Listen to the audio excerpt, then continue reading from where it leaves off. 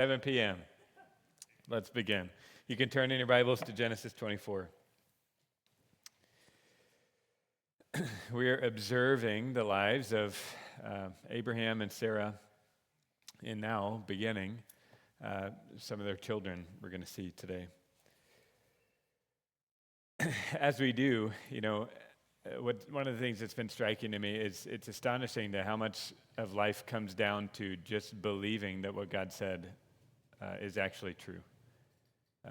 Taking him at his word, really believing him. And there was a time where Abraham had some ups and downs, and that doesn't really seem to be his attitude. It was, I know God promised this, but I still kind of need to make it happen, instead of just trusting that it would happen. And here in our story, he's already been tested in his faith. He already went to the depths of being even willing to sacrifice Isaac because he trusted the Lord and he knew that God would still fulfill his promise through Isaac, whatever it took, even resurrection from the dead. But now I think you see him as an old man, and you saw Sarah die in faith. You saw her trust the Lord till the end, and now you see Abraham with this attitude at the beginning of the chapter. We studied the beginning last week. With this attitude of just go, just go and find a wife for my son. The Lord's going to help. The Lord's going to figure this out. Obviously, if we're bringing that in to the idea of a promise, and we know that all the descendants are to come through Isaac, well, there needs to be a partner for Isaac, right? And I think you just see the confidence of Abraham trusting that the Lord's going to take care of this. Now, we talked about last time, maybe he received a specific vision about this or a word from the Lord saying that the Lord would go before him and prosper his way, but we don't have anything like that written. And I think you just have a trust of he's sending him back. He knows Rebecca, well, he doesn't know it's Rebecca yet, but he knows the young lady needs to be from his people and not from the people of the land, and he trusts the Lord that the Lord's going to provide somebody, and he sends the servant. I also wanted to bring up again a point from last time with Sarah as she dies in faith. She, like Hebrews talks about, they hadn't received yet what had been promised to them. And if you think of Sarah's life of faith and what that looked like, and how much we cherish, especially in Texas, owning our own land and having our own home and a place to settle and make our own, they essentially gave that up for their whole life. The first time now that she finally has a place that's her own is the place that she's buried. It doesn't come to her until after she dies. And so she, in faith, as she follows Abraham and Abraham follows the Lord, she trusts him all that time and is wandering in this land without this home, without this permanent land that's theirs. It's a land of sojourning, and she lives like that all the way to her death. And I think it's just a surprising testimony of faith. We're going to see something similar as we get to Abraham and his death. But we are in the middle of Genesis 24. I'll pray, and then we can jump in. Father, help us take you at your word. Help us really believe everything you said. Help us have true faith to really trust.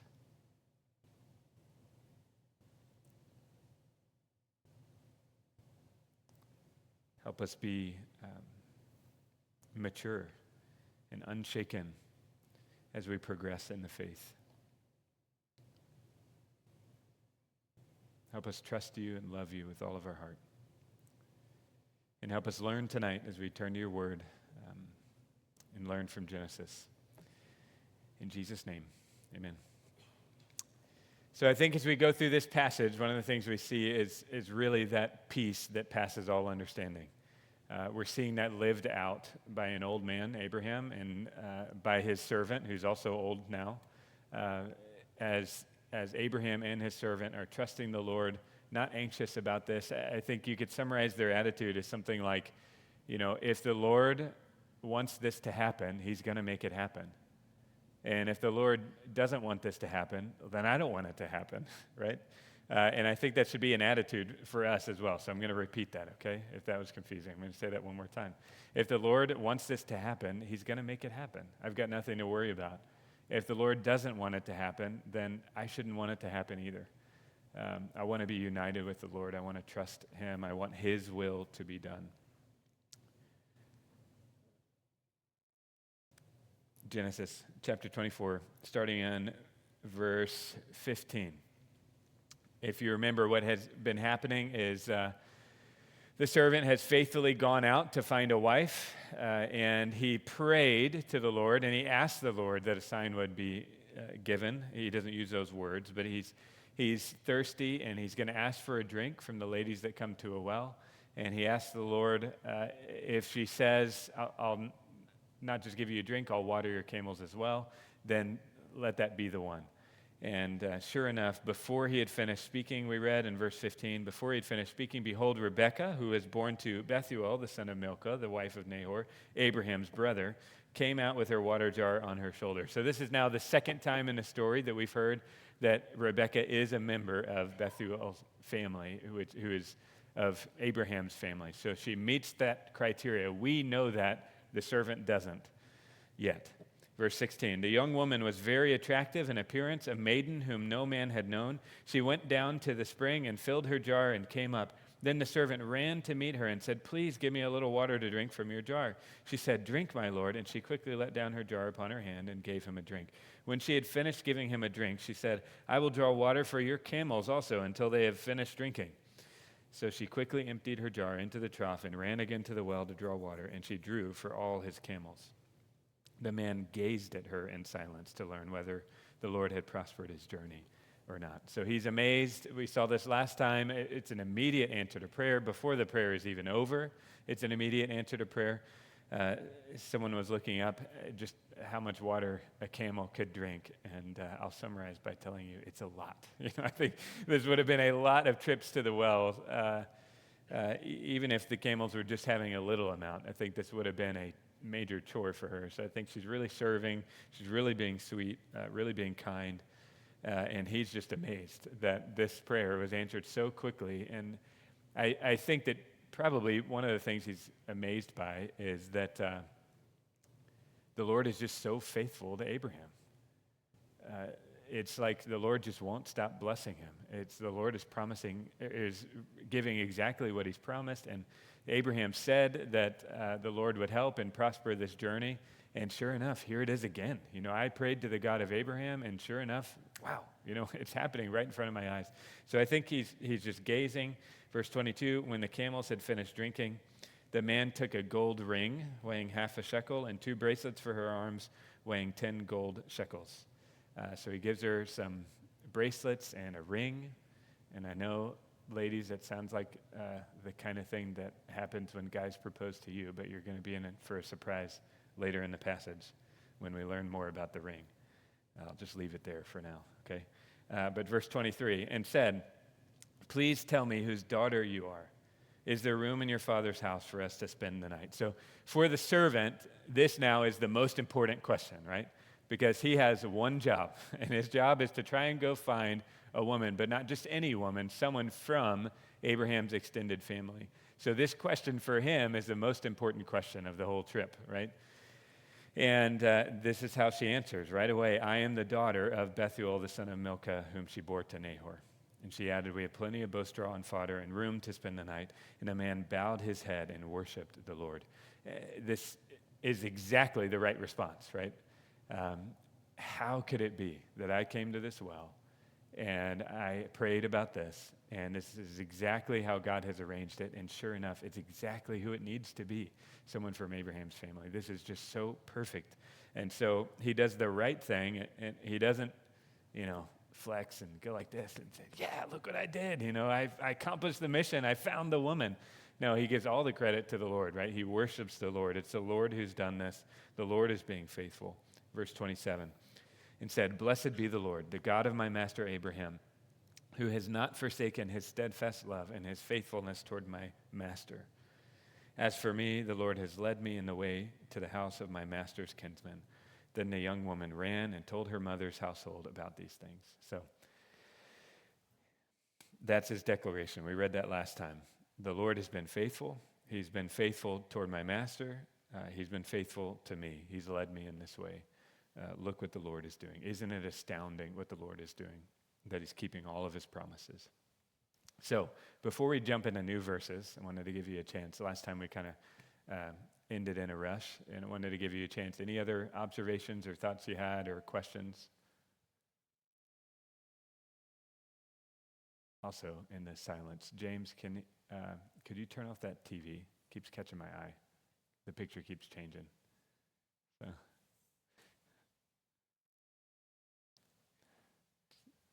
Thanks. Any thoughts or questions? Yeah, Jonathan? Do we know about how coincidental this is? We know that he had a direction he was heading, but he probably really did not expect to find the person.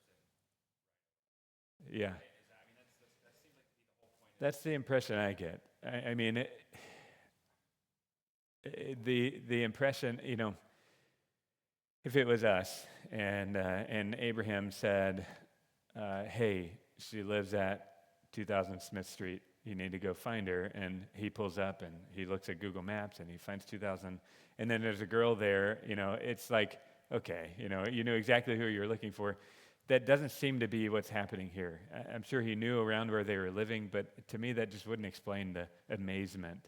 I think he's genuinely startled, and he's startled it happened so fast, and he gives all the credit to the Lord. So I think that where he was obviously really intentionally targeting where the family was, I think you get the impression he didn't expect this to all just work out perfectly. And I think there would have been other families around and other people around that would have shared this well. Things like that. So, is there any other questions? Yeah, Ramiro. Yeah.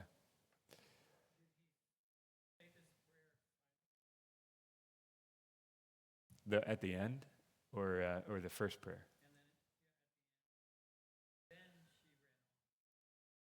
Oh, yeah. Yeah, that's a good point. Right. Yeah. I'd imagine, he bowed his head and worshiped the Lord. To me, this feels like an exclamation of praise. Maybe it was silent prayer, but it just gets the picture of he's bowing, he's worshiping, he's giving God glory, and she runs off. She can't wait to go tell her family. The young woman ran and told her mother's household about these things. Any other thoughts? All right. Verse 29. Rebekah had a brother whose name was Laban. Laban ran out toward the man to the spring. Later, of course, we're going to run into Laban again, but try and put that out of your head for now. All the future stuff that's going to happen with him, and just enjoy this narrative. So, verse 30. As soon as he saw the ring and the bracelets on his sister's arms and heard the words of Rebekah, his sister, thus the man spoke to me. He went to the man, and behold, he was standing by the camels at the spring. He said, Come in, O blessed of the Lord. Why do you stand outside? For I have prepared the house and a place for the camels. So you get a shock word there, right? Behold. And I think the shock is that he's still out there. Rebekah told him, hey, we have a place for you. And Laban went, and he's gotten the place ready. And when he finds the servant, he's still just standing there out at the well with the camels. And so he says, come in. Why do you stand outside? For I've prepared the house and a place for the camels. Verse 32, so the man came to the house and unharnessed the camels and gave straw and fodder to the camels. And there was water to wash his feet and the feet of the men who were with him. Then food was set before him to eat. But he said, I will not eat until I have said what I have to say. And he said, speak on. So there's wonderful hospitality, but this servant has an urgency. He wants to accomplish this mission. He's been sent by Abraham to do this, and he understands now that he's working on behalf of the Lord and doesn't even want to eat until he speaks. Verse 34. So he said, I am Abraham's servant. The Lord has greatly blessed my master, and he has become great. He has given him flocks and herds, silver and gold, male servants and female servants, camels and donkeys. And Sarah, my master's wife, bore a son to my master when she was old, and to him he has given all that he has. My master made me swear, saying, you shall not take a wife for my son from the daughters of the Canaanites in whose land I dwell. But you shall go to my father's house and to my clan and take a wife for my son. And I said to my master, perhaps the woman will not follow me. But he said to me, the Lord, before whom I have walked, will send his angel with you and prosper your way. You shall take a wife from my son, from my clan, and from my father's house. Then you will be free from my oath when you come to my clan. And if they will not give her to you, then you will be free from my oath. Okay, so he is under oath to make sure that all of this gets delivered. Now it's in their hands, right? If they won't let Rebekah come with him, he's still free from the oath. He's done what he's needed to do.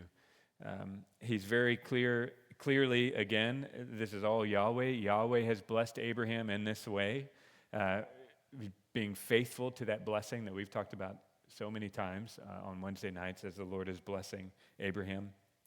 But also, I think, what's another point of what he's saying in 34 through 38? What's another point you notice?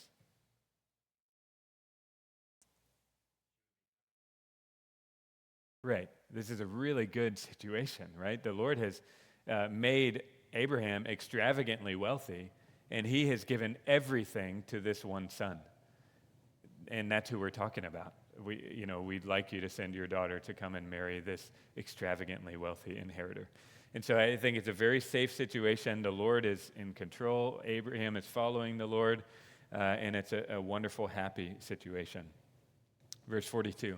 I came today to the spring and said, O Lord, the God of my master Abraham, if now you are prospering the way that I go, behold, I'm standing by the spring of water. Let the virgin who comes out to draw water, to whom I shall say, please give me a little water from your jar to drink, and who will say to me, drink, and I will draw for your camels also, let her be the woman whom the Lord has appointed for my master's son. Before I had finished speaking in my heart, okay, there we know he was speaking in his heart. Before I had finished speaking in my heart, behold, Rebekah came out with her water jar on her shoulder, and she went down to the spring and drew water. And I said to her, please let me drink. She quickly let down her jar from her shoulder and said, drink, and I will give your camels drink also. So I drank, and she gave the camels drink also. Then I asked her, whose daughter are you? She said, the daughter of Bethuel, Nahor's son, whom Milcah bore to him. So I put the ring on her nose. There's a surprise I was talking about earlier. It's a nose ring.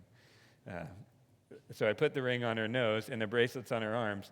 Then I bowed my head and worshiped the Lord and blessed the Lord, the God of my master Abraham, who had led me by the right way to take the daughter of my master's kinsman for his son. Now then, if you are going to show steadfast love and faithfulness to my master, tell me, and if not, tell me, that I may turn to the right hand or to the left. So he recounts that story, much of that we knew, with some extra details that we didn't know, like that it was a nose ring. But again, such a clear, the Lord is prospering this way because the Lord has a plan, and the Lord is doing this in the life of Abraham, and Abraham said it would happen, and here it's happening. And so tell me, what are you going to do? Give me an answer now so I can know whether to leave or stay or which way to go. Let's pause. Any questions? Jonathan? So the nose ring and the bracelets, that's probably a custom to say this woman is being proposed to? Something, yeah. I think Jonathan's question, is this some kind of custom? Is this an official proposal maybe, or what's going on here? I don't know if we can know for certain. I think at the very least, it's at least a gift. It's showing an intention. It was sent with expensive gold things and dressed her up in this. I think this would have immediately changed her appearance. The gold bracelets and now a ring on her nose. I think it even says he puts it on her nose. Is that true? Yeah. So,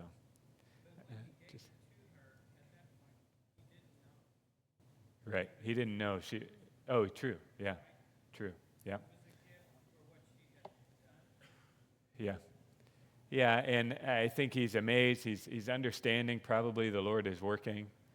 If she said, actually, sorry, I'm not from the family, I don't think he would have taken the bracelets back. Yeah, or grabbed the nose ring.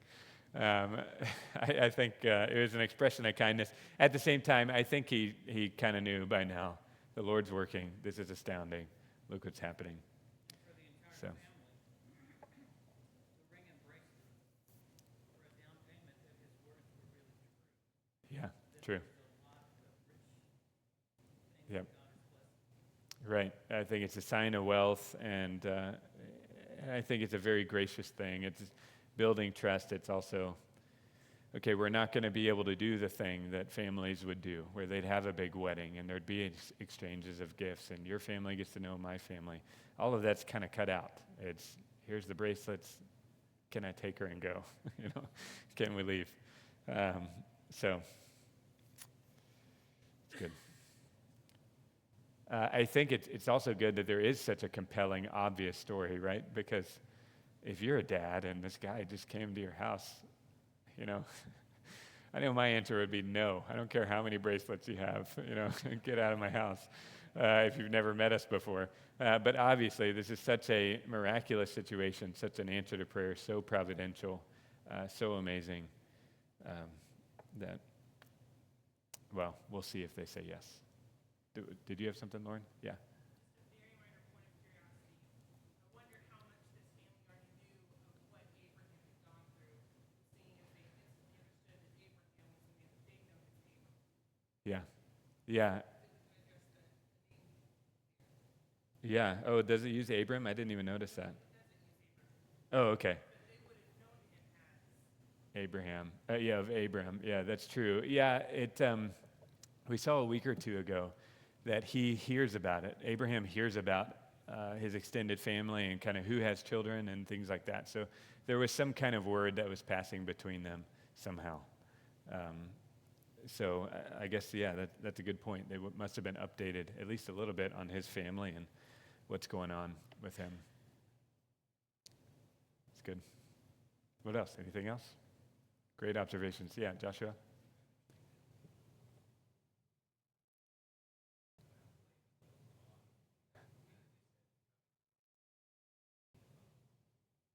Can you say that one more time, a little louder?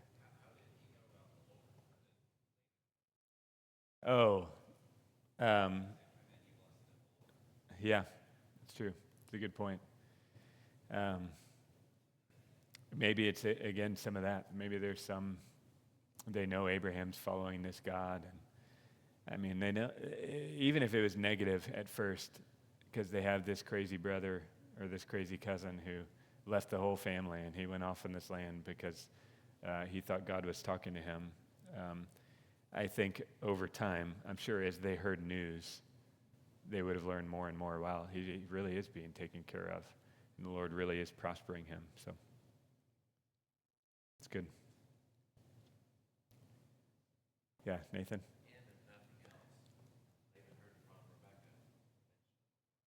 True. Yeah, he already heard the story from Rebecca. It's a good point. Good. All right. Let's look at verse 50. Keep going. Then Laban and Bethuel answered and said, "The thing has come from the Lord. We cannot speak to you bad or good. Behold, Rebekah is for you. Rebekah is before you. Take her and go, and let her be the wife of your master's son, as the Lord has spoken." That's his response. I think it's so obviously, so clearly of the Lord.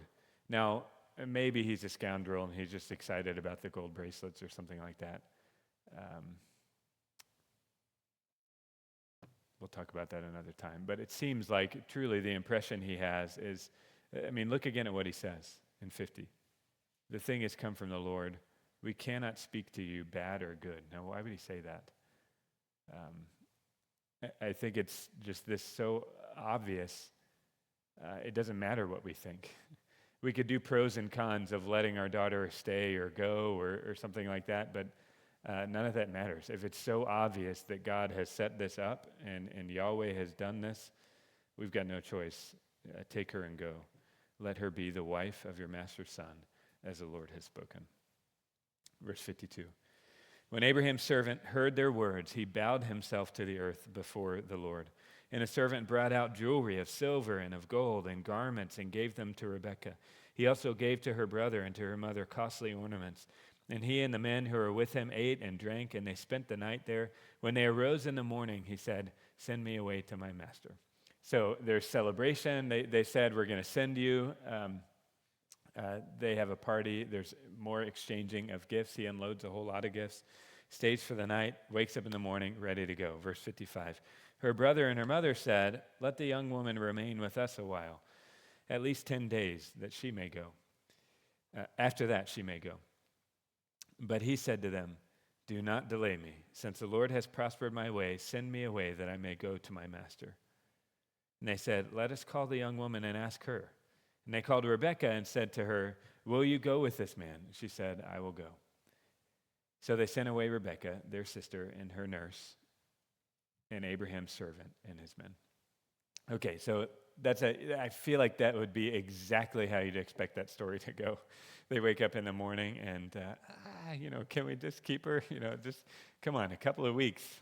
Let's hang out. If this is the last time we're going to see her. But the servant says, no, he's been sent by the Lord to do this. It's time to get back and take care of this. And so they ask Rebekah, and she says she's ready. And they send her with the nurse. Anybody remember the nurse's name? Deborah. Nice. Yeah, we'll hear about that later, but her nurse's name is Deborah. Verse 60, and they blessed Rebekah and said to her, "Our sister, may you become thousands of 10,000s, and may your offspring possess the gate of those who hate him." Then Rebekah and her young women arose and rode on the camels and followed the man. Thus the servant took Rebekah and went his way. Now Isaac had returned from Beer Lahai Roi and was dwelling in the Negev. Okay, when you hear that name, what do you think of? Beer Lahai Roi.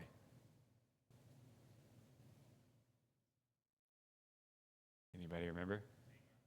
Hagar. Remember, that was where she whenever she was first sent out and she thought she was going to die, and the angel of the Lord appears and speaks with her, and she had that wonderful time where she then names Ishmael, God hears, and she names the place this name, Beer Lahai Roi. God is a God of seeing. Do you remember that? God had seen her.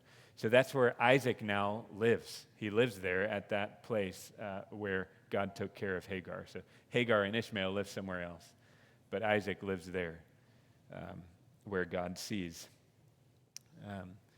Was dwelling in the Negev, and Isaac went out to meditate in the field toward evening. And he lifted up his eyes and saw, and behold, there were camels coming. And Rebekah lifted up her eyes, and when she saw Isaac, she dismounted from the camel and said to the servant, "Who is that man walking in the field to meet us?" The servant said, "It is my master." So she took her veil and covered herself. And the servant told Isaac all the things that he had done.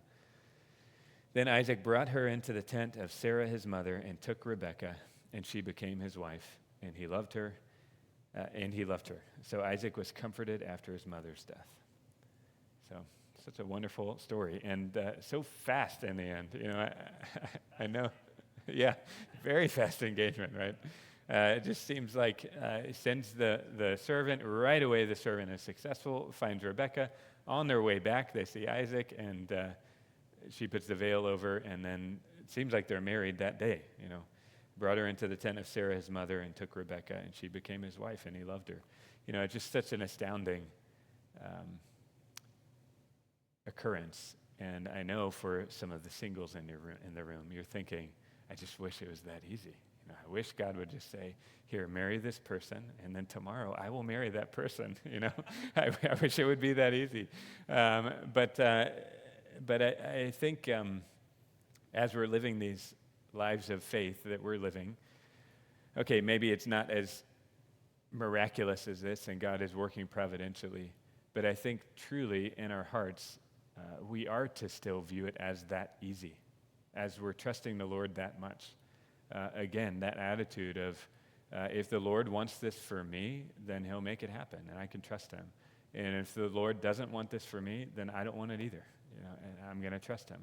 Whatever he's put in my life, I'm going to trust him. And so whether that means I'm getting married tomorrow, or whether that means I'm getting married down the road, or whether that means I'm getting this job tomorrow, or I'm getting another job that I wasn't planning on, or whatever that big life thing is. I think it's meant to be, if we're really having that heart of faith, it's really meant to be that trusting and that simple, even when it doesn't look simple. But for Isaac, he was comforted after his mother's death. He missed his mom. And what a wonderful comfort now that he has a wife that he loves. Yeah, Ethan? It's really cool that Isaac would have to feel meditating. Yeah. What a worthy activity. Maybe it was Ephesians 1. I don't know. Yeah. Right. Yeah. I think so. I think you get I don't know. If it's me and I'm a young man and I'm waiting for this endeavor to be successful, I'd be twiddling my thumbs. I'd be biting my nail a little bit. I'd be nervous. What if she comes back and I don't like her? Or, what if she comes back and the girl said no and she wouldn't come? And I just think you get a totally different picture from him. He's thoughtful. He's ready. Trusting the Lord. Yeah.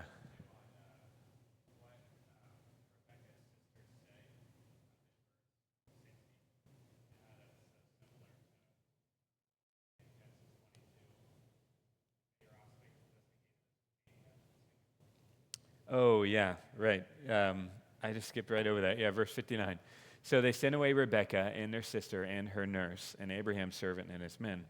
And they blessed Rebekah and said to her, "Our sister, may you become thousands of 10,000s, and may your offspring possess the gate of those who hate him." How do you explain that? That's a almost verbatim quote of a blessing that's been given to Abraham. How do you explain that? Any thoughts there?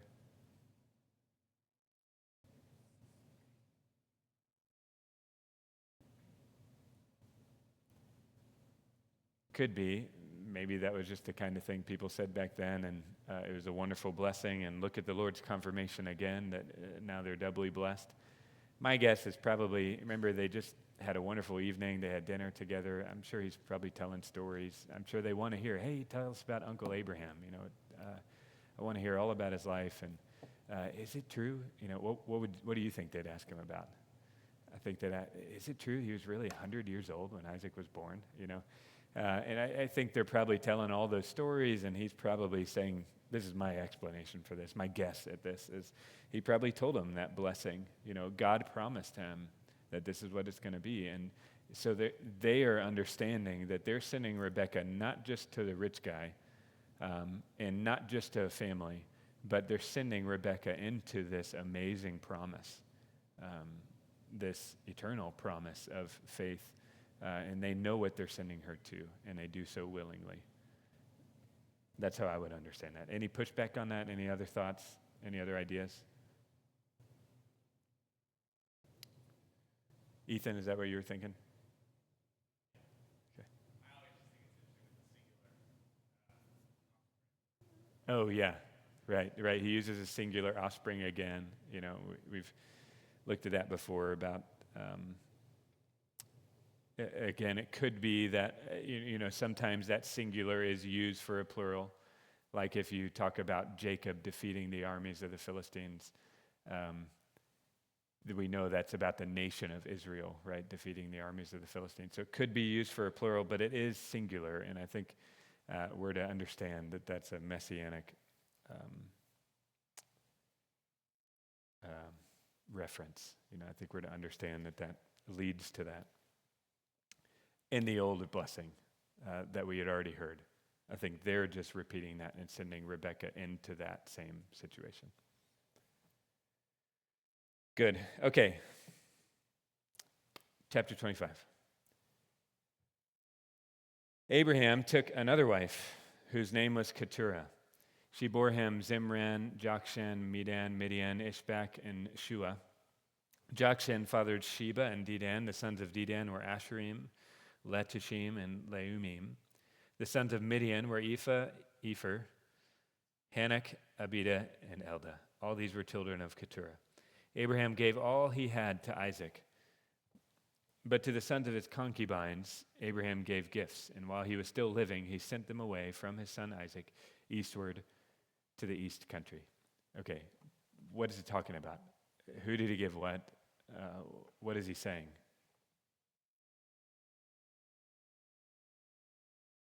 Right, but not everything, right? So what does he mean when he says he gave everything to Isaac?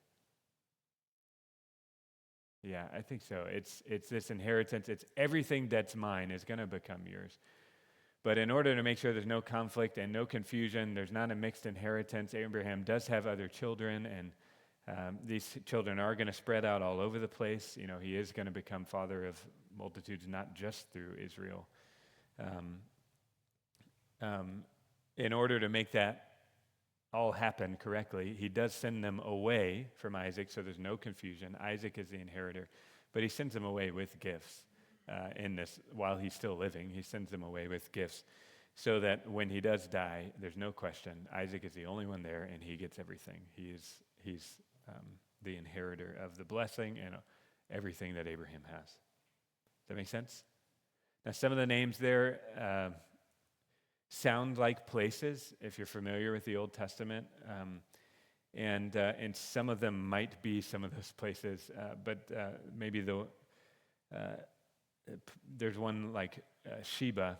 That one we're almost certain is not the one that leads to the nation that we know later as Sheba, from the Queen of Sheba, because we already know a different line that had that same name, and that seems a lot more likely to be the ancestors of that clan. So not all those names are exactly who we might, but you could see Asherim, that kind of looks like Assyria, maybe.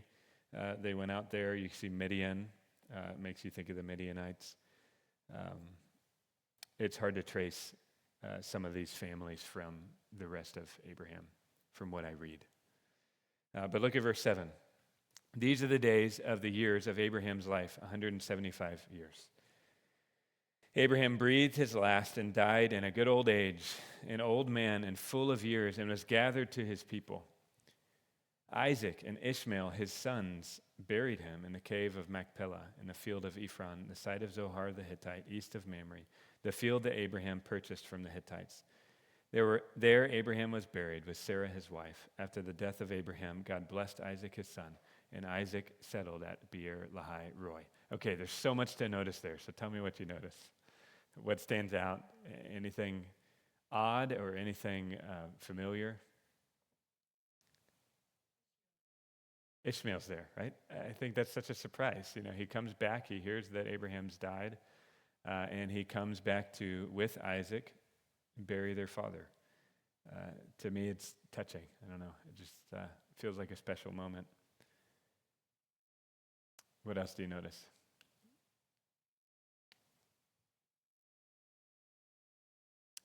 Right, same cave as Sarah. So Abraham had bought this cave, and that was an important story that we went through, and he didn't want to accept it as a gift. He really wanted to buy it so it's his forever. And he buried Sarah there, and now he gets to be buried next to her by his two sons. What else do you notice? Yeah, Isaac is old, right? At least what we would think. Sorry, now I'm getting myself in trouble. But Isaac is older than you might expect, right? This is not a young laddie that is burying his parents, burying his dad. What else? We see Beer Lahai Roi again, so he goes to live there. So after the death of Abraham, God blessed Isaac his son, and Isaac settled at that same place that we heard about from the Hagar story. Anything else? Right, that blessing passed on to, just like Abraham made it clear that this is the inheritor. And God had already made it clear by promise. Now he's fulfilling that. That blessing that had belonged to Abraham, now it belongs to Isaac. He's going to start to be the one that's blessed in all these ways. And really, I think you could say, I think it's so good to not lose sight of that. I think that's a main storyline, maybe the main storyline in Genesis, is that God had made this promise of blessing. And here he is. He's carrying it to this family as this family grows and becomes a nation, just like he promised. Yeah, Jonathan? Is that phrase often used, or I guess just that name of God there? I feel like when you track this story, oftentimes you hear the Lord, the Lord, the Lord.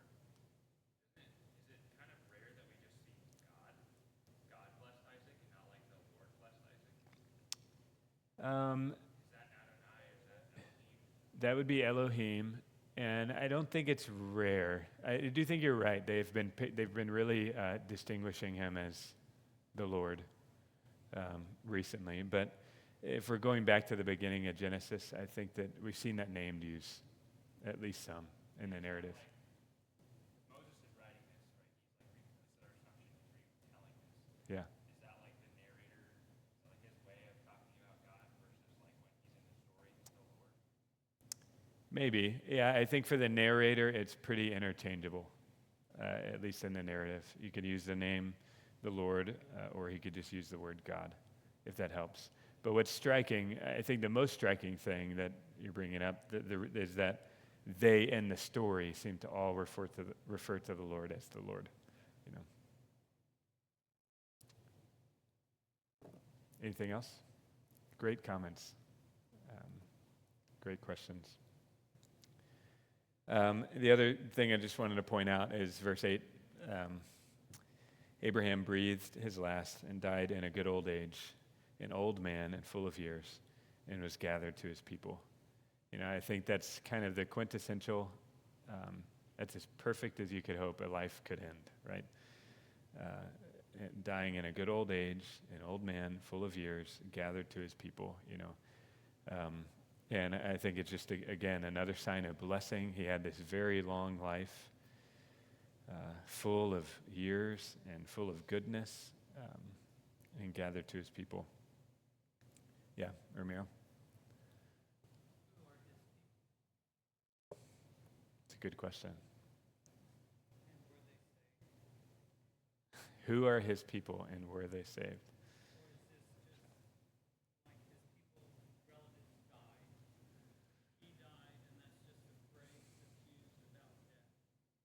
Yeah, I think it's more of like a general phrase. We know for certain what it can't mean. If it says he's gathered to his people, we know for certain it doesn't mean they took his body and, like they did with George Bush, brought him into College Station. They didn't take Abraham and bring him back to his family, right? We know that's not true because he would never want that, number one, but also we know where they buried him. It's where he had that field. So it can't mean that he went back to like his extended family. So I think it must mean something, his people, his family, Isaac and Ishmael and those around him, they gather him in and they take care of his body and they make sure he's buried where he wants to be buried. I don't know if that totally answers the question. Matt? Yeah. Yes.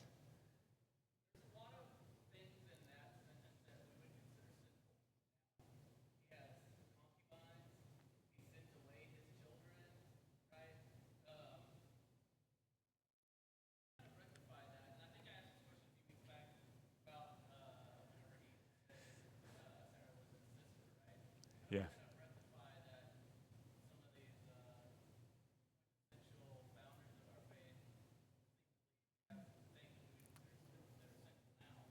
Right. Yeah, it's not going to stop for us in the Old Testament, right? It's about to happen with Jacob, certainly. He's going to have more than one wife and their servants. It'll happen with David. It'll happen with Solomon. These men that we look up to and respect, and yet they're clearly not following God's design. And so the question is, how do we think about it? I think you'd probably have some believers that say, see, it must have not been wrong. If they're walking in that faith, it must have not, either it's never wrong or for some reason it wasn't wrong for them. I think given Genesis and given creation design and the way that God designed things, I think they knew maybe more than we might expect them to know in the sense of one man and one woman and one flesh. So I do think the idea of concubines, it doesn't ruin the man and make it so he never had faith and make it so he actually surprised he was a scoundrel all along. But I don't think that this is the narrative saying then that that's okay.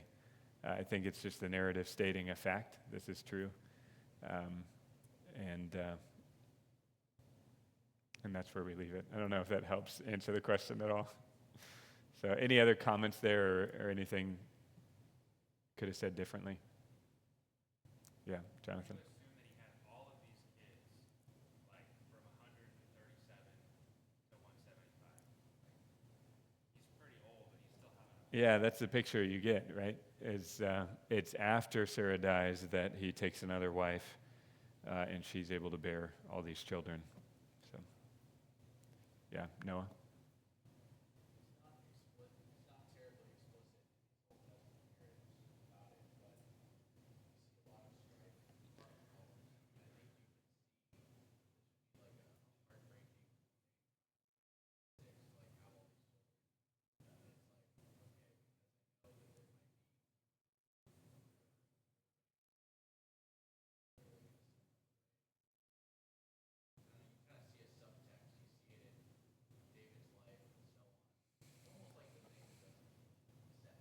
Yeah.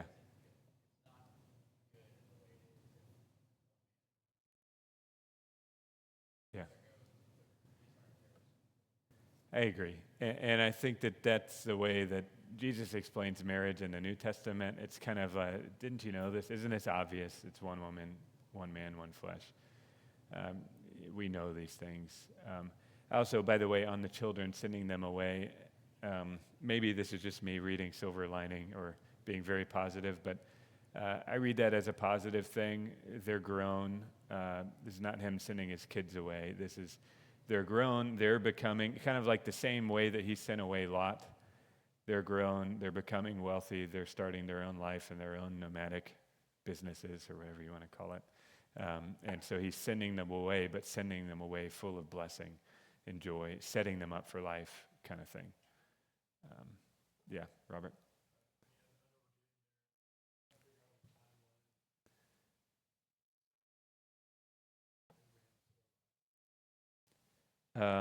No.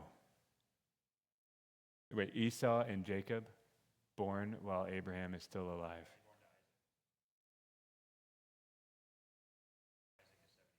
Yes. Yeah. Yeah. Yeah. Isaac was 60 years old when she bore them. Yeah. So they overlap some. That's right. I knew there was something tricky there. So. Ramiro? Yeah.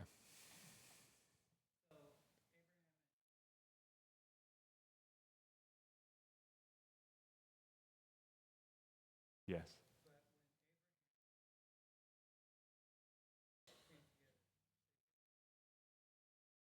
Right.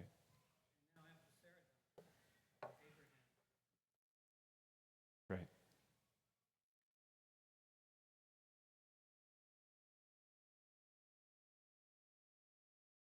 I think so. Yeah. I think so. Yeah. Yeah, and that God had promised through Sarah, remember, because he clarified that so clearly. Okay, no more questions, no more comments. Let me summarize so we can wrap up, and we'll pick up here next time. This was wonderful. Thanks for all the interaction. Thanks for all the questions and comments. But again, I just think you see wonderful lives of faith, and these lives of faith are meant to be our models, not in every way, like Matt was bringing up, but in the way that they're trusting the Lord, in the way that you see this development in Abraham's life, where it was, okay, I'm going to take matters into my own hands, until later it's, the Lord's going to take care of this. You don't need to worry about it.